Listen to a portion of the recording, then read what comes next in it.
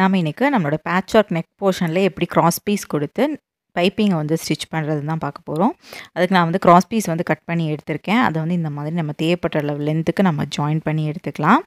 Join பண்ணி எடுத்ததுக்கப்புறம் wrong சைடாக அந்த கிளாத் எடுத்துகிட்டு அதோட ஒரு பக்கம் மட்டும் இந்த மாதிரி ஒரு 1/4 இன்ச் அளவுக்கு ஃபோல்டு பண்ணி ஸ்டிச்சஸ் வந்து கொடுத்துக்கோங்க. கிராஸ் பீஸோட விட்த் வந்து பார்த்திங்கன்னா ஒரு 1.5 இன்ச் அளவில் வந்து எடுத்துக்கோங்க.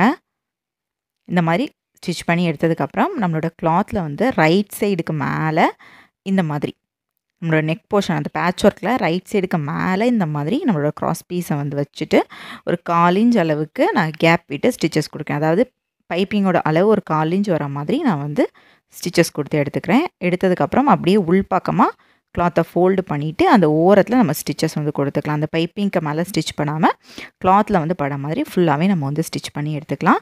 இந்த மாதிரி நம்ம வந்து ஃபுல்லாக ஸ்டிச் பண்ணி எடுத்துட்டோம்னா நம்மளோட பேட்ச் ஒர்க் நெக் வந்து ரெடி ஆயிரும். தேங்க்யூ.